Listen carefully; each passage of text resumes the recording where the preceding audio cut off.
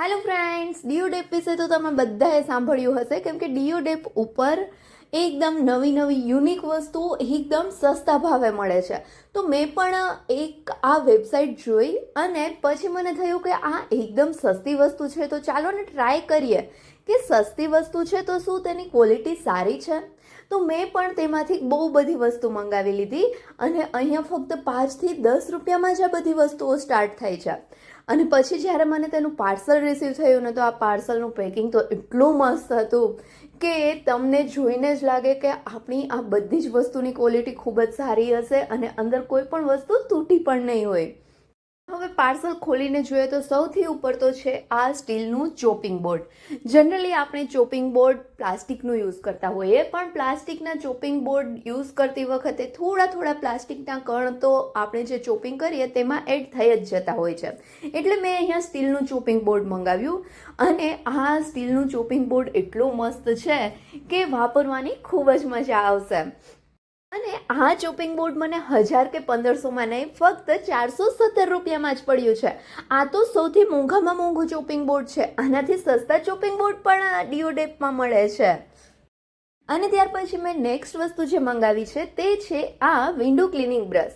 આ બ્રશની સાથે detachable handle પણ આવે છે, જેના મદદથી તમે ગમે તેટલી ઊંચી વિન્ડો હોય ને તો પણ તેને તમે ઇઝીલી ક્લીન કરી શકો છો. આ બ્રશ મને ફક્ત ને ફક્ત 49 રૂપીઝમાં પડ્યું છે. અને ત્યાર પછી છે અહીંયા આ આઈસ ટ્રે, જેમાં તમે સ્ટીકમાં આઈસ જમાવી શકો છો અને આ આઈસ ટ્રે તો મને ફક્ત 11 રૂપીઝમાં જ પડી છે.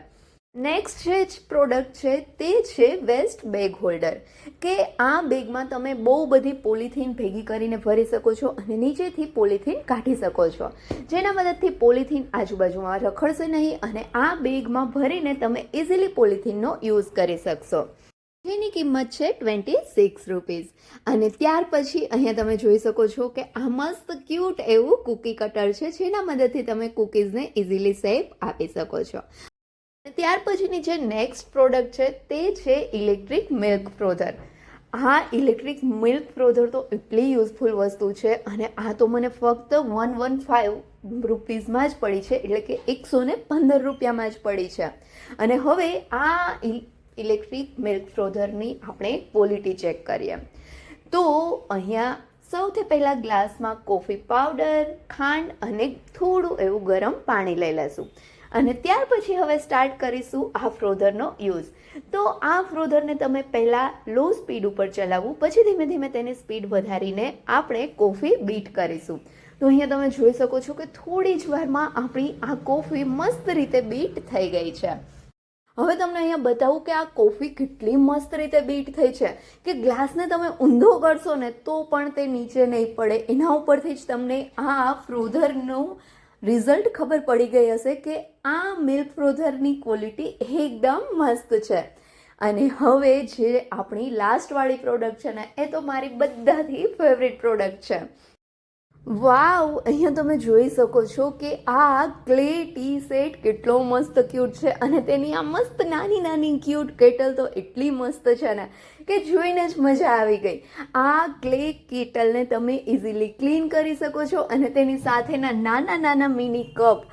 આ આખો ટી કેટલ સેટ એટલો મસ્ત ક્યુટ છે ને કે તેને તમે ડેકોરેટિવ પીસ તરીકે ક્યાંય પણ રાખી શકો છો.